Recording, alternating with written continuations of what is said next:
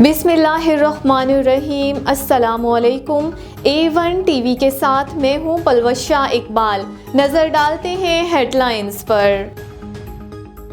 तहरीके इंसाफ के intra party election आज पिशावर में होंगे।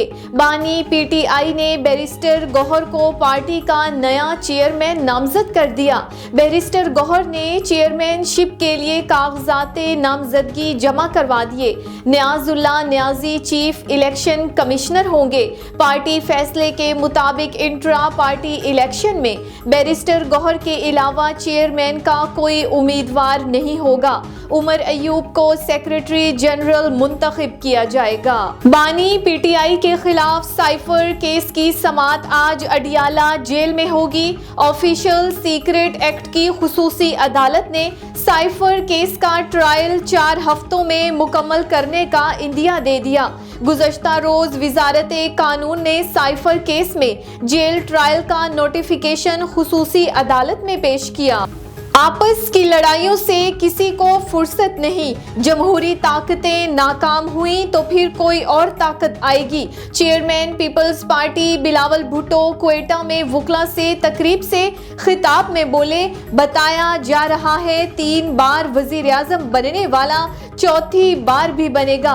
अवाम मुल्क की किस्मत इन 2 शख्सियात के हवाले ना करें जिन्होंने नफरत और तकसीम की सियासत की। हमें रिवायती और पुरानी सियासी सोच को छोड़ना पड़ेगा। 7 रोजा जंगबंदी खत्म होते ही इसराइल के गजा के चारों अतराफ से हमले।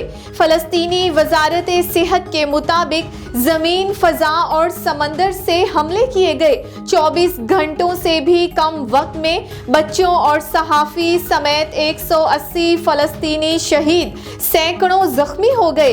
इसराइल के शाम के हवाई अड्डों पर फजाई हमले, दमिश्क के करीब हमलों में गोदामों और दीगर तंसीबात को निशाना बनाया गया। पंजाब में बारिश के बाद स्मोक की सूरत हाल में बेहतरी। पंजाब हुकूमत का वक्ती तौर पर पाबंदियां खत्म करने का ऐलान। आज तालीमी इदारे खुल गए। आज और कल कारोबारी मराकिज और रेस्टोरेंट्स भी मामूल के मुताबिक खुलेंगे। निगरान सूबाई वजीर इत्तलाआत ने कहा कि तालीमी इदारे तदरीसी सरगर्मियां जारी रख सकते हैं। सरकारी और निजी स्कूलों में मौसम सरमा की तातीलात 18 दिसंबर से शुरू होंगी।